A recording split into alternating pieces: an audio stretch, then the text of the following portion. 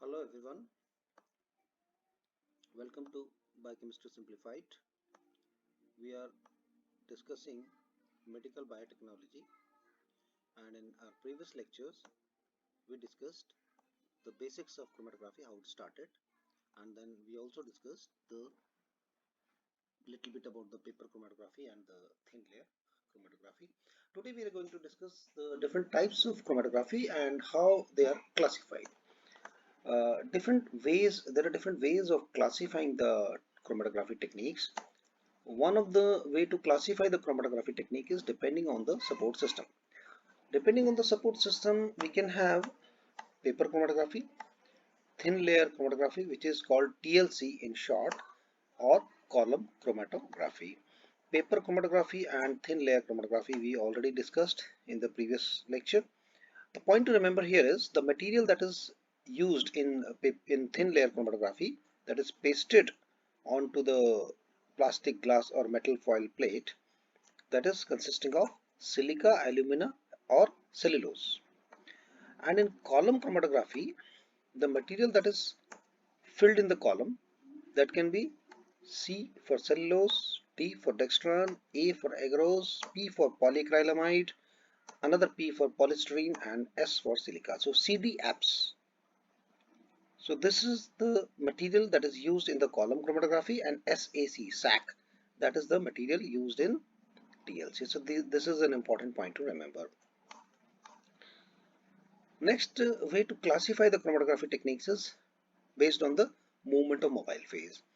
Depending on the movement of mobile phase, we can have ascending chromatography, like paper chromatography, ascending because the molecules are moving upwards. In TLC also it is basically ascending chromatography, molecules are moving upwards. But column chromatography is descending chromatography because the molecules are moving downwards along with the mobile phase. So this is another way of classifying the chromatography depending on the movement of mobile phase, that is ascending chromatography or descending chromatography. Depending on the nature of mobile phase, we can have liquid chromatography or gas chromatography.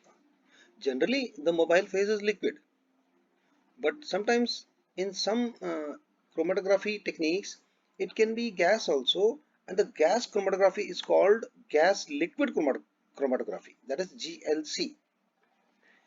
The use of GLC is an analysis of lipid, steroids and drugs. So how to remember lipid, steroids and drugs? Lipids, as you know, lipid is a special kind of molecule which is non-polar in nature, and steroid is a special kind of lipid. And anabolic steroids are used in sports as performance enhancing drugs. So drugs. Okay, so these three words are important: lipids, steroids, drugs. So GLC, the gas liquid chromatography, or simply gas chromatography, it is used for analysis of lipids, steroids and drugs. And not all drugs, means not just the drugs of abuse, the drugs of use also, means for therapeutic monitoring of drugs and for detection of the contraband drugs, especially the performance enhancing drugs in sports, right? So these are the various uses of GLC: lipids, steroids, drugs and drugs of use and abuse. This is a point to remember. Now the fourth way, depending on the property of analytes exploited to separate them: partition or elution chromatography. Second type is adsorption or displacement chromatography. Now these terms are important: partition, elution, adsorption, displacement. I will explain the meaning of each and every term. First, let us see what is a partition or elution chromatography. Now this is the basic principle of chromatography, as we have been discussing in our previous lecture also and this lecture also. The analytes are separated due to the different affinity for the stationary mobile phase. That is the basic principle of chromatography. So all the molecules are separated, all the analytes are separated, but their velocity of movement through the through the stationary phase is different. Okay, so all the analytes are eluted, but they are eluted one by one. Well, what is the meaning of elution? Let me explain. See, in paper chromatography and thin layer chromatography, the molecules are moving upwards by the capillary action along with the mobile phase. But in column chromatography, the molecules are moving downwards. So as the molecules are moving downwards, they are collected at the bottom of the column, and they're collected one by one because their movement through the column, it has different velocity. The molecules have different velocity due to different affinities for stationary and for mobile phase. So they are collected, all of them will be collected at the bottom of the column, but they will be collected at different time. And this is called elution. Elution means when the molecules, the analytes, are leaving the column at the bottom of the column. When they are leaving the column and they are collected at the bottom of the column, that is called elution. So all the molecules are eluted one by one. So partition, first all the molecules are partitioned between the stationary and mobile phase, and all the molecules will be eluted one by one. That is partition or elution chromatography. That is a basic technique of chromatography. But chromatography in specialized condition like paper chromatography and TLC is basically partition chromatography. In column chromatography, the one which we have discussed so far, that is experiment of sweat which separates the plant pigments, that is basically a partition or elution chromatography. But the second type of chromatography, that is adsorption or displacement chromatography, is in the first step the selective analytes are bound to the stationary phase and the non-adhering analytes are eluted first. Let me explain it. Suppose this is a column filled with the material, with some material, and this is a solution containing various analytes. When this solution is poured over the top of the column, all the analytes are moving downwards. A few of them will get bound because they have affinity for the material of the column. So they will be bound, or we can say they are adsorbed. So we call it adsorption chromatography. Selective analytes will be adsorbed. The rest of the analytes keep on moving downwards and they will be collected at the bottom of the column. So that is first step.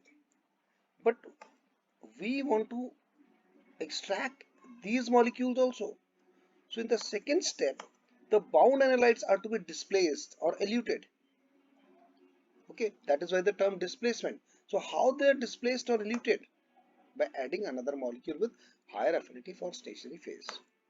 Suppose we have another molecule with higher affinity for the stationary phase, and when the solution of this molecule is poured over the chromatographic column, the original molecules which were bound will be displaced and collected, or you can say eluted, at the bottom of the column. So that is why the term displacement. Adsorption in the first step, displacement in the second step. So that means the same thing. Adsorption chromatography or displacement chromatography means the same thing, right?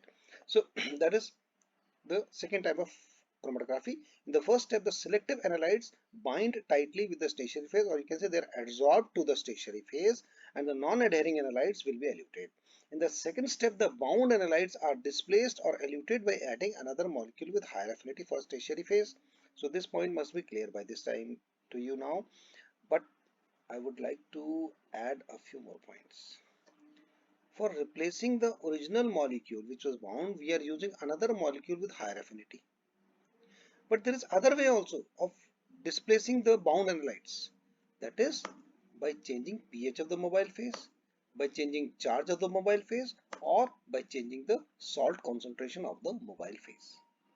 So bound analytes are displaced or eluted by adding another molecule with higher affinity for stationary phase, or by changing pH of mobile phase, or by changing charge of mobile phase, or by changing salt concentration of mobile phase. So these are the four ways of displacing the originally bound analytes. This is a very important point to remember. So two type of chromatography: partition or elution chromatography, adsorption or displacement chromatography. So these are the different types of chromatography and the different ways they are classified. You have to remember these, right? Now, there's a term called partition coefficient, a very important term in chromatography. Partition, basically the ratio of concentrations of substance between the two solvents. So because the substance, the analytes are partitioned between the stationary and the mobile phase, So that is why the term partition coefficient, the ratio of the concentration of a substance between the two solvents, like the substance A in organic solvent, the substance A in aqueous solvent. The ratio of their concentrations, that is called KDA. That is the partition coefficient of substance A.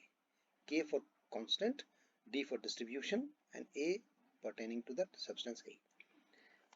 Okay, so concentration of A in organic solvent, concentration of A in aqueous solvent, the ratio is partition coefficient.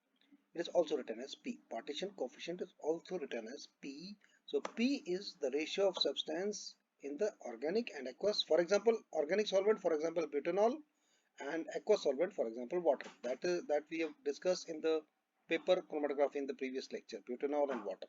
So the ratio of concentration of amino acid in butanol and the ratio and the concentration of amino acid in water, that ratio is called P, or the KDA of a particular amino acid.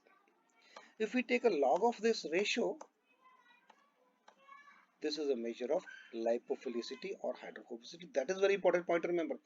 The log of partition coefficient, log of P, that is a measure of lipophilicity, lipo, not hydro, lipophilicity or hydrophobicity, hydrophobicity or lipophilicity, because the numerator is non-polar solvent, butanol, right?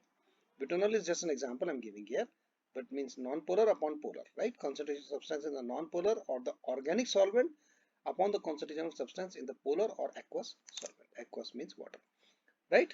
That is partition coefficient, a very important concept to remember. So this is the paper chromatography. So after development, it looks like this. So how do we know which amino acid spot belongs to which amino acid? One way we discussed already in the previous lecture, that is the RF value, which is calculated by distance traveled by the amino acid upon the distance traveled by the solvent front. Okay. Another is we have a detector and recorder system. For example, a spectrophotometer. When this chromatogram is scanned with the spectrophotometer, wherever the amino acid spots were present, the absorption peaks are generated. So each absorption peak is corresponding to an amino acid. But not only we detect the presence of amino acid, we will also come to know how much concentration of amino acid was present in the original solution. Like this peak is larger, means the concentration of amino acid was more. This peak is smaller, the concentration of amino acid was less in the original solution which has been subjected to chromatography. The similar thing can be applied to the column chromatography also. The column is connected with the detector and recorder system, and as the molecules are eluted, the peaks are generated. So detector and recorder system basically provides objectivity to our chromatographic analysis. For qualitative and quantitative analysis after separation, we will come to know whether the substance is present or not, and if the substance is present, how much of it is present. Okay, so most commonly used detector and recorder system is UV absorption spectrophotometer, ultraviolet absorption spectrophotometer. But not only ultraviolet, we can use visual spectrophotometer also, infrared spectrophotometer also. Apart from spectrophotometer, we can use fluorimeter, which measures the fluorescence, electrochemical detector, just like the pH electrode, refractometer, mass spectrometer. So to remember three type of spectrophotometers, that is UV, visual, infrared, then F for fluorimeter, E for electrochemical detector, R for refractometer, and M for mass spectrometer. Okay, so let us now revise what points we have to remember. Number one is the material used in TLC, silica, alumina, cellulose. Material used in column, cellulose, dextran, agarose, polyacrylamide, polystyrene, and silica. GLC used for lipids, steroids, and drugs of use and abuse. Analytes retained in absorption and adsorption chromatography eluted by number one, adding a molecule with higher affinity, changing the pH of mobile phase, changing the salt concentration of mobile phase, changing the charge of mobile phase. Detector recorder system, you have to remember, like by the mnemonic spectropharm. So these are the points to remember. So now we finish our lecture here. In the next few lectures, we'll be discussing further about the individual techniques of chromatography. Thank you.